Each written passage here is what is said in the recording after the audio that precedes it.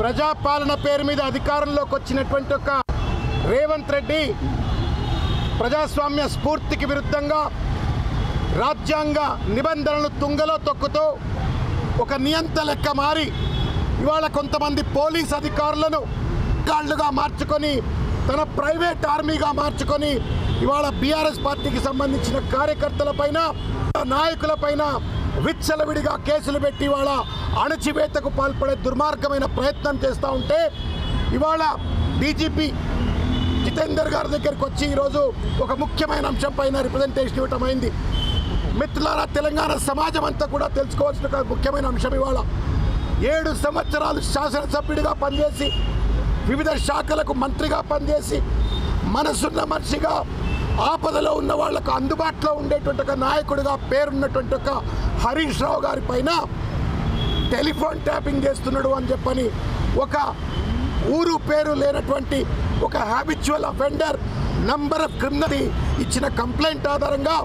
రేవంత్ రెడ్డి ఆ కంప్లైంట్ను శిఖండి లెక్క వాడుకొని వాళ్ళ హరీష్ రావు గారిని ఫోన్ ట్యాపింగ్ కేసులో జైల్లో పెట్టాలని చెప్పని ఒక కుట్రపూరితమైన ప్రయత్నం చేస్తూ ఉండు. ఈ దుర్మార్గం ఎంత నీచమైంది అంటే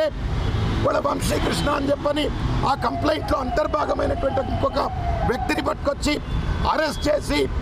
స్థానిక west zone DCP Vijay Kumar, Panjagutta ACP Mohan Kumar, ఇంకా కొంతమంది ఆఫీసర్లు హరీష్ రావు పేరు చెప్తావా సస్తావా అని చెప్పని వంశీకృష్ణను బెదిరించి ఇవాళ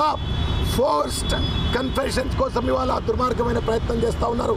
చట్టానికి వ్యతిరేకం, సిఆర్పిసికి వ్యతిరేకం, భారత రాజ్యాంగ స్ఫూర్తికి వ్యతిరేకమైనటువంటి ఒక చర్యలకు పాల్పడుతూ ఇవాళ ఏ రకంగా సరే అడ్డమైన దారిలో హరీష్ రావు గారిని నిర్బంధించాలనే ప్రయత్నం చేస్తూ ఉన్నారు. మిత్రులారా, గత సంవత్సరన్నర కాలంగా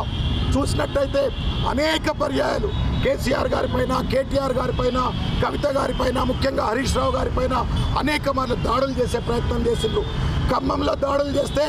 కేసు పెట్టమంటే ఉల్టా వాళ్ళ హరీష్ రావు గారిపైన కేసు పెట్టి నిర్బంధానికి గురి చేసే ప్రయత్నం చేసిండ్రు. ఇవాళ చక్రధర్ అనేటువంటి ఒక ఊరు పేరు లేని వ్యక్తి కంప్లైంట్ ఇస్తే ఆ కంప్లైంట్ ఆధారంగా ఫోన్ ట్యాపింగ్ హరీష్ రావు చేసిండ్రు అని చెప్పని అతన్ని వాళ్ళ జైల్లో పెట్టాలని ప్రయత్నం చేస్తూ ఉన్నారు. సాక్షులను బెదిరించి అదిరించి చట్టాన్ని గుప్పెట్లో పెట్టుకొని రేవంత్ రెడ్డి చేతిలో కీరు బొమ్మలుగా మారిన కొంతమంది పోలీస్ అధికారులు ఇవాళ దుర్మార్గమైన రీతిలో వ్యవహరిస్తూ ఉన్నారు. మేము ఒకటే విజ్ఞప్తి చేశాం జితేందర్ గారికి, పార్టీలు ఉంటాయి పోతాయి, అధికారం ఉంటుంది పోతుంది, కానీ custodians of the constitution police are permanent.